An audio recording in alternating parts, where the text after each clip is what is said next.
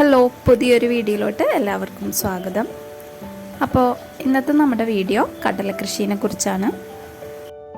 കടല തന്നെ രണ്ട് തരമുണ്ട്, കറുത്ത കടലയും വെളുത്ത കടലയും. ഇന്നിവിടെ കാണിക്കുന്നത് വെളുത്ത കടലയാണ്.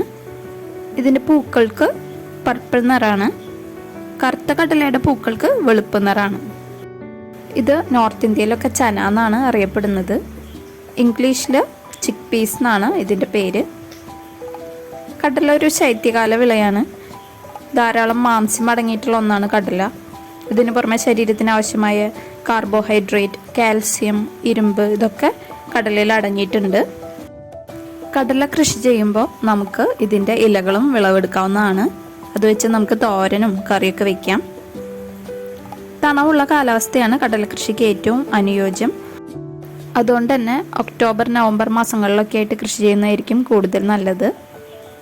ഇത് നട്ട് ഒരു 3 മാസമൊക്കെ കഴിയുമ്പോൾ നമുക്കിത് വിളവെടുക്കാനായിട്ട് സാധിക്കും. കടല കൃഷി ചെയ്യാനായിട്ട് സാധാരണ നമ്മൾ കടയിൽ നിന്ന് വാങ്ങുന്ന കടല മുളപ്പിച്ച് നട്ടാൽ മതി. മുളപ്പിക്കാനുള്ള കടല ഒരു നനഞ്ഞ ടിഷ്യൂ പേപ്പറിലോ തുണിയിലോ ചുറ്റി വയ്ക്കുക. ഒരു 3 ദിവസം കഴിയുമ്പോൾ മുള പൊട്ടിയിട്ടുണ്ടാവും. ഈ മുളച്ചു വന്ന കടലമണികൾ ഗ്രോ ബാഗിലോ ചെടിച്ചട്ടിയിലോ നിലത്ത് മണ്ണിലോ ഒക്കെ ആയിട്ട് നടാവുന്നതാണ്. ധാരാളം നൈട്രജനും ഫോസ്ഫറസും അടങ്ങിയിട്ടുള്ള വളങ്ങളാണ് കടല കൃഷി ചെയ്യുമ്പോൾ കൊടുക്കേണ്ടത്. നടാനായിട്ടുള്ള മണ്ണിൽ കമ്പോസ്റ്റ്, ചാണകപ്പൊടി, എല്ലുപൊടി ഇതൊക്കെ ചേർത്ത് കൊടുക്കാവുന്നതാണ്. പിന്നെ വാട്ടരോഗമൊന്നും വരാതിരിക്കാനും ചെടി നന്നായിട്ട് വളരാനായിട്ടും സ്യൂഡോമോണസ് ഇടയ്ക്കൊക്കെ ഒഴിച്ചു കൊടുക്കുന്നത് നല്ലതാണ്.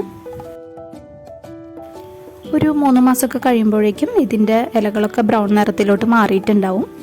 ആ സമയത്താണ് നമ്മളിത് വിളവെടുക്കേണ്ടത്. അപ്പോൾ കടല കൃഷിയെക്കുറിച്ചുള്ള ഇന്നത്തെ വീഡിയോ നിങ്ങൾക്ക് എല്ലാവർക്കും ഇഷ്ടപ്പെട്ടിട്ടുണ്ടാവും എന്ന് വിചാരിക്കുന്നു. ഇഷ്ടപ്പെട്ടിട്ടുണ്ടെങ്കിൽ ലൈക്ക് ചെയ്യാനും സബ്സ്ക്രൈബ് ചെയ്യാനും മറക്കരുത്. അപ്പോൾ ഇനി മറ്റൊരു വീഡിയോ ആയിട്ട് വരുന്നവരേക്കും ബൈ, ടേക്ക് കെയർ.